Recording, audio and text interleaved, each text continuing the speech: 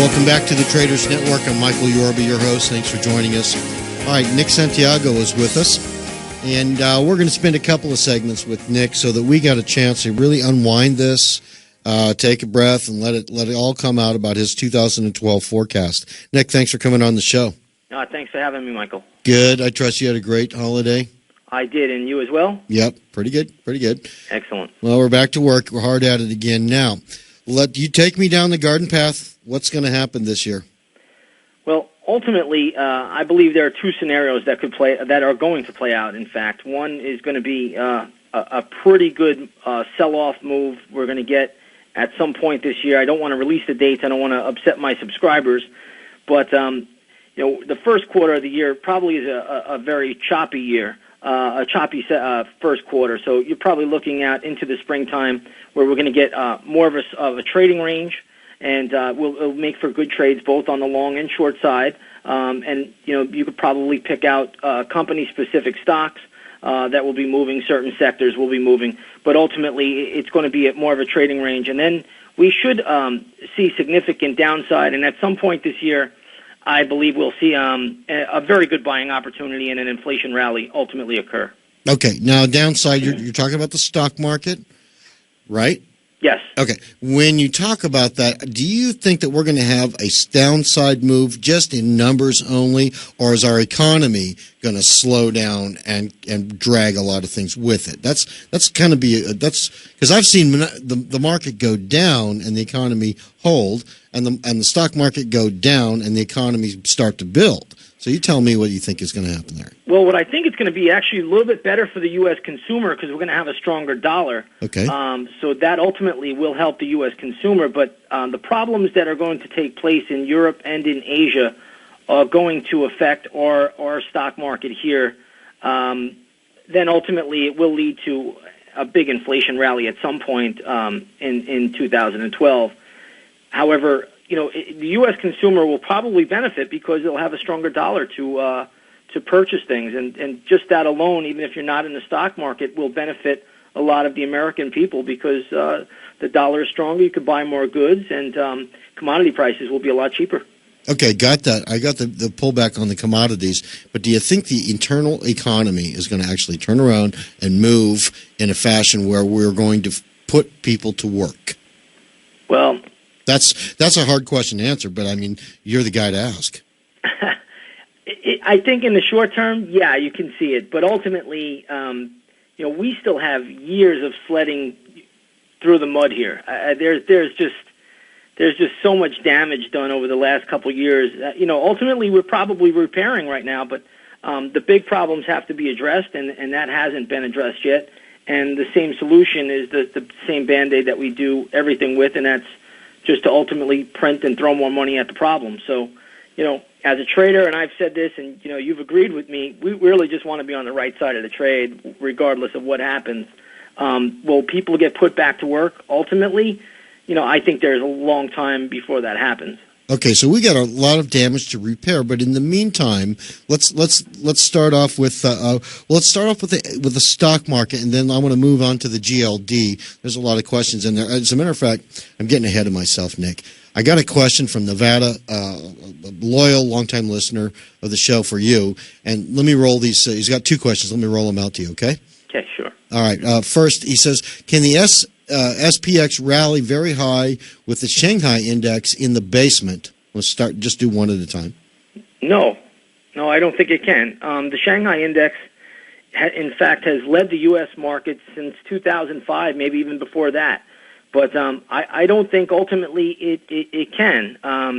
Right now, the markets in the United States are probably a little bit better because we've taken measures to inflate the economy via QE2 and QE1, and we're doing a lot of different things, and interest rates essentially have been at 0% since December 2008. So, but ultimately, no, this economy is all correlated. They're all tied together, and you'll see the United States lead for a while, but ultimately, China has produced all the goods. If the United States doesn't buy their goods, then it's basically you have the U.S. market and you have the Chinese market, they're basically passing the same dollar to each other, paying each other off. They lend us money and we buy their products. When the dollar goes down, then ultimately, they'll sell more products. But if the dollar goes up, they're not going to sell as many products. Okay, well said. Good answer for the question. Let me move to question number 2. It says, will the dollar and the SPX start moving together? Well, that's happening right now a little bit in December, and you see it even today. The dollar is very, very strong today. It's trading up on the futures up around 80 cents, and you see the market is holding steady, really sold off early this morning and has really moved to the flat line, and NASDAQ's actually positive. So that can happen for short periods of time when the volume is exceptionally light. This is still a holiday-shortened trading week. We were off on Monday, and the volume yesterday was ridiculous. Today it's ridiculous as well. So the market can hold up with light volume, and you had some economic data that the market's trading off of today. But ultimately, no, the market and the dollar at this stage cannot go up together unless there's real light volume, and you have a lot of traders still on vacation right now. Okay, so are you looking for one of them to take control? Well, ultimately, it's going to be the dollar that takes control. In the shorter term, we may be pulling back a little bit on the dollar at some point here, but ultimately, I think the dollar for a fair amount of the time is going to be very, very strong in 2012, and then it's going to collapse. Okay. And when the dollar takes off, that's when we're going to get the inflation rally, and you'll probably have 2 to 3 central banks, whether it's the European Central Bank, the People's Bank of China, and the Federal Reserve, probably all start to print money, and that will create a great inflation rally at some point this year. Now, when you say some point this year, my numbers tell me, so you're not on the hook with your subscribers, tell me that we've got 2 big things coming up real quick. One is in March and the other is in June, say the June-July area. Are any of those sensitive points for you?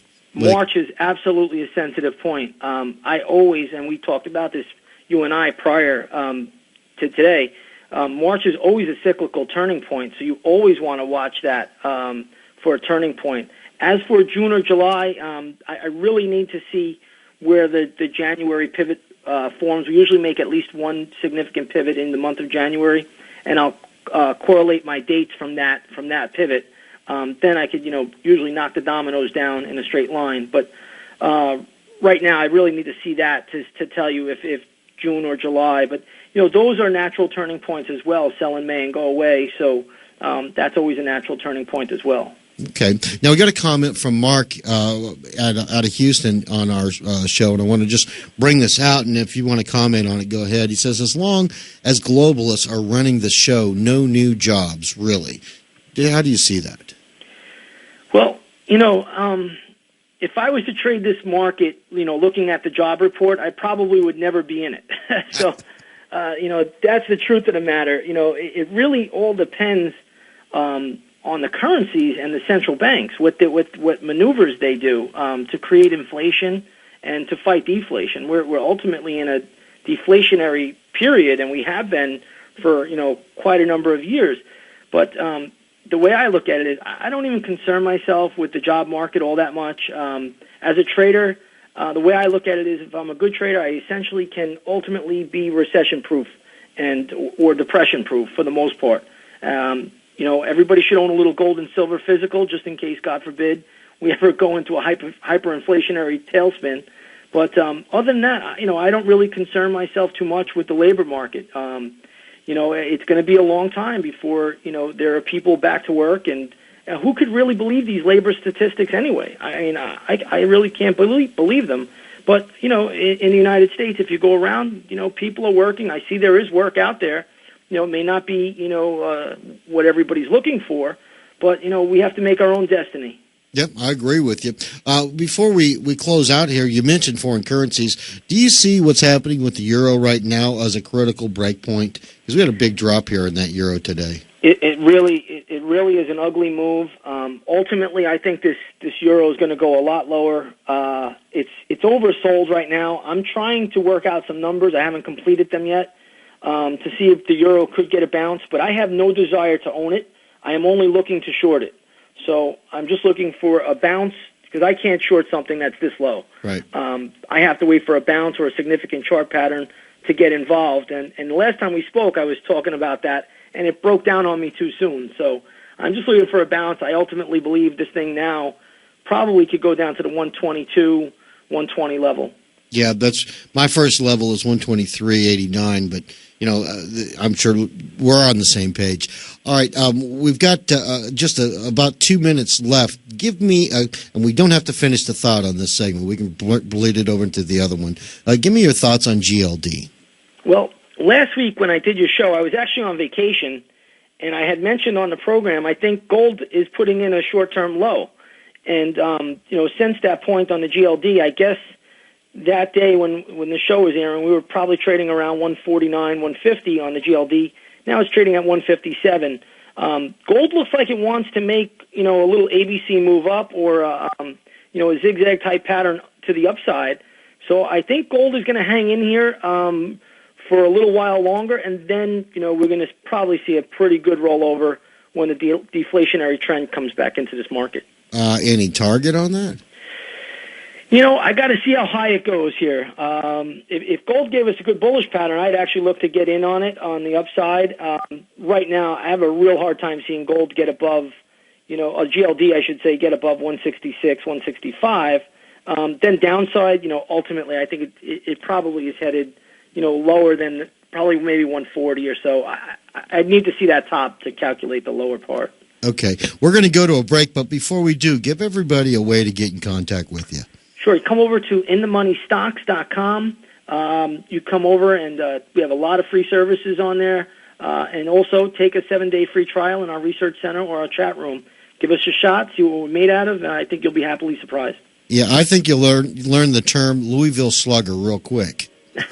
All right, Nick Santiago, he is our home run hitter. We'll be right back with him on the other side of these breaks.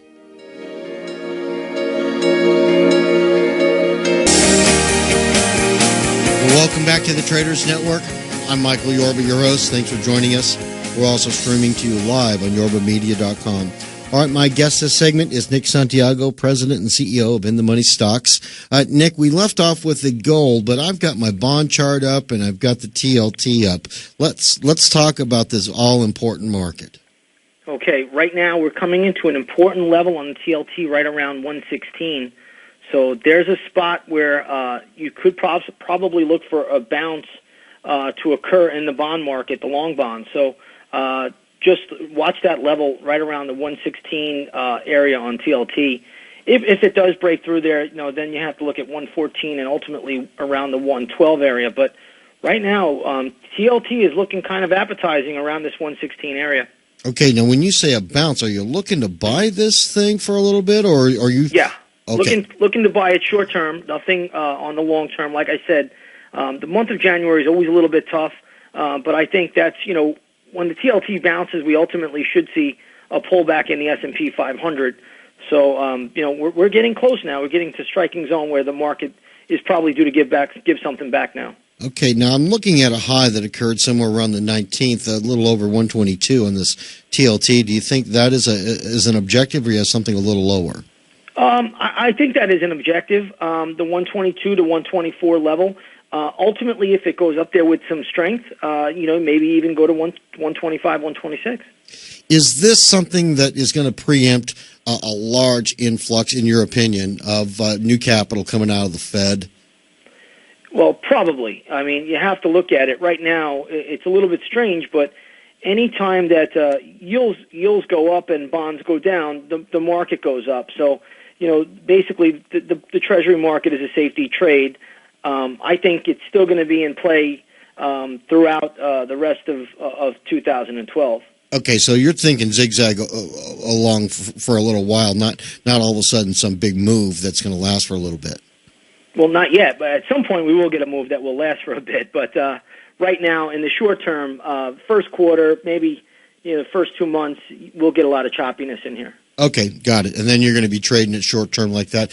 Do you ever use other strategies similar to an option strategy where you'll write the outside of a range or things like that? To be honest, Michael, these days I've really got away from the options market quite a bit. I've really become just a charting purist. So, I try not to get too cute with the market. It's basically X's and O's for me. We get into a real good level. There's good support there. I'm taking the trade with the right pattern. And whether it's long or short, it doesn't make a difference to me. If the setup is there, I'll take it. So I really don't do a lot in the options market. Okay. Let's move forward to the banking industry because, you're the one that really turned me on to this JP Morgan as the tell for a turn. And I wanted to get your opinion. This thing is really gone up very hard since, the end of the beginning of December, I think it is. And, we've got a gap and then a 3-day rally past the gap on this JP Morgan. Where are we here with this thing? I think JPM is set for a pullback. I had mentioned probably a couple of weeks ago the 135 level, and that was when JPM was around $32, maybe even $31, that it had upside to 35.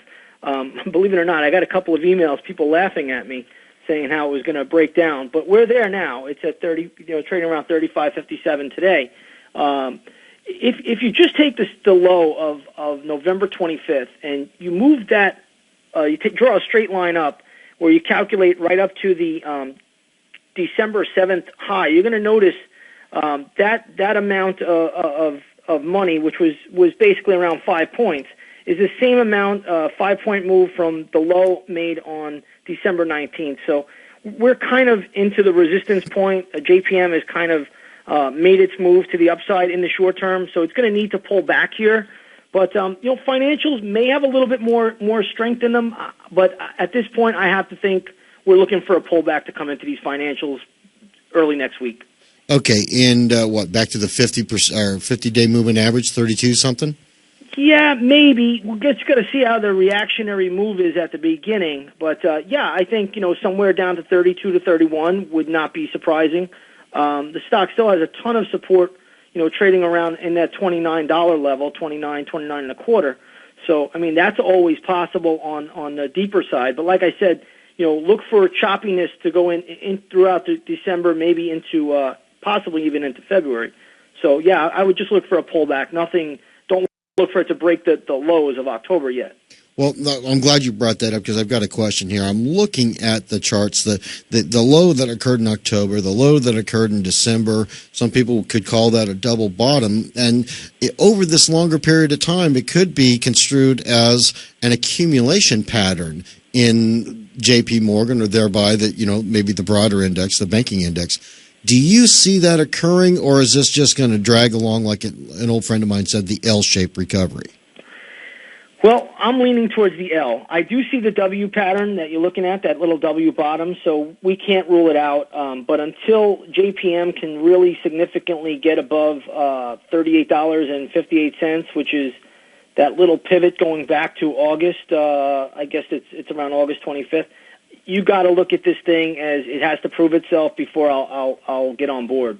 So I'm in the camp that this is just going to be just sideways choppiness for a while, and I think we have one more leg down, and then, that will be final low for a while.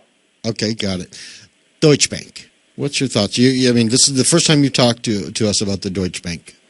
Yeah, I hardly ever bring up the European banks, but they're worth watching. And one thing I want to point out about that is take a look at J.P. Morgan today, which is the bank that I follow for the market, right? That's my barometer.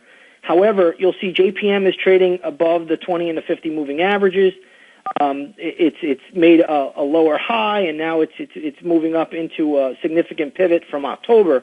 However, look at Deutsche Bank, and you'll see that this stock is trading below the moving averages, down 241 today, and the chart absolutely looks terrible. With the exception of some higher lows here, it really is an ugly, ugly chart and still in a pretty significant downtrend. And that's ultimately telling us that there's still a lot of problems in the banking sector, despite this little move that we're getting in Bank of America and Citigroup today. Is there an index that focuses on European banks? There might be. I don't know it offhand, but what I try to do is I like to look at Deutsche Bank, which is ticker symbol DB. I like to look at Credit Suisse, and I like to look at UBS. If you look at Credit Suisse, ticker symbol is CS. UBS is obviously UBS. And you look at those three charts, and they're the exact same charts. So that's telling me there's still problems. You know, these banks, especially the European banks, are able to borrow money now for the next 3 years at 1% from the European Central Bank.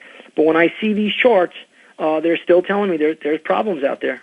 Do you see that this is, at this point, the way the fundamentals are stacked up and the technicals are stacked up, that this could be like a place to go ahead and put a sell stop in there underneath these lows where we could have further downside to go in a precipitous move? It definitely is. It definitely is. You know, the sell stop trade is not my preferred trade because I'm such a pattern trader where unless I have a significant setup and a breakdown there, that's the way I trade it. But you know, right now I think that if you look at these financials, European financials, they are looking as if you know, you could put a sell stop in below, you know, the most recent pivot, which would be December 19th, and watch that thing trade down to double bottom or lower. Okay. All right. Well, let's keep an eye on that. Before we get out of here, we got a few more minutes left, but before we get out of here, there's been a lot of conversation out there, and I want you to clear it up. What's going on in China? Well, as you know, the Chinese market, as I said, I guess it's probably going back a few months now where we talked about it, and I said, you know, watch out for the Chinese market. This thing is looking really weak, and you know, so far that has happened. We've had, you know, quite a sell-off in the Shanghai index. Now, you know, China breaks down a little bit more. There's going to be, you know, major repercussions for all the markets. This is just not a Chinese story anymore. So these markets are tightly intertwined. A China slowdown will definitely have a major effect on all of us. And yeah, you know, I think it's already started, and you know, China is basically in a bear market. Give me a symbol for an ETF or an index that I can bring up and look at this thing with you. Yeah, you can look at the FXI, which doesn't really tell the whole truth. But if you go to, you could look at the SSEC, $SSEC. That will be the actual Shanghai. But you know, for most people, if they're trading and they have an online account, they can easily punch up the FXI, which is the iShares China 25 index fund. You could even see how this thing is trading well below the 200 moving average, where the S&P 500 is now above the 200 moving average. So it has a lot of weak relative strength in here. And even you know, the Chinese ADRs have really struggled as of late as well. So this is worrisome right now. This is something that looks like it could just be you know, trying to base a little bit, but ultimately, we break through the 32 level on that FXI, it's going to get real nasty out there. Okay, so I'm getting the consensus before we wrap this up that we're getting into a position where we could have a real strong move to the downside across the board on indexes, whether it's in China, it's in Europe, or it's in, I should say, Asia, Europe, and U.S., but a turnaround that would benefit the United States, where the foreign capital is moving into our country and finding homes in, well, like you had mentioned, a nice strong dollar rally until we have an inflationary break, and then a big bull market in the stock side after they have a big, strong pullback. Did I get all that right? Pretty much. It's a big story because there's a lot that's going to transpire throughout this year. But yeah, that's basically the gist of it in a nutshell. You know, and which is going to make for a great trading opportunity on both the long and short sides. Especially if you've got the timing right. So, how does somebody get a hold of you to stay on the right side of the timing? Because you've been knocking it out of the park with these forecasts, but you got to be there to pull the trigger. So, how does our audience do that? Yeah, you just come on over to InTheMoneyStocks.com. Give us you know, take a 7-day free trial, see what we're made out of, go back, look at some of our archive reports. You'll see the forecast that we've had up there that we've done, you know, throughout 2011. And you take a free trial and you stick around for a little while, and after you make some money, you usually don't leave. That's right. All right, Nick, thanks for coming on the show. We'll see you next week. Thank you, Michael. Have a great day. You too. Ladies and gentlemen, that is our home run hitter, Nick Santiago, President and CEO of InTheMoneyStocks.com. Go take a test drive with what he's doing.